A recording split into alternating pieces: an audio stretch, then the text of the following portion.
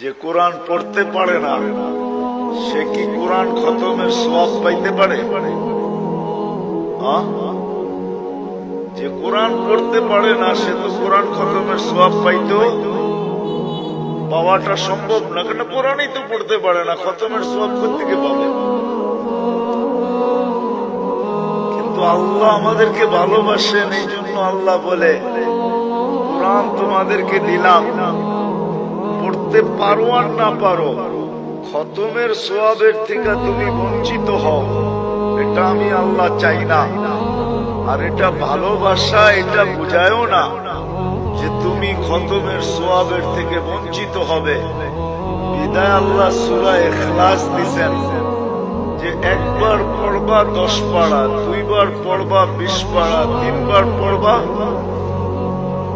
খতমের সওয়াব মিললো না?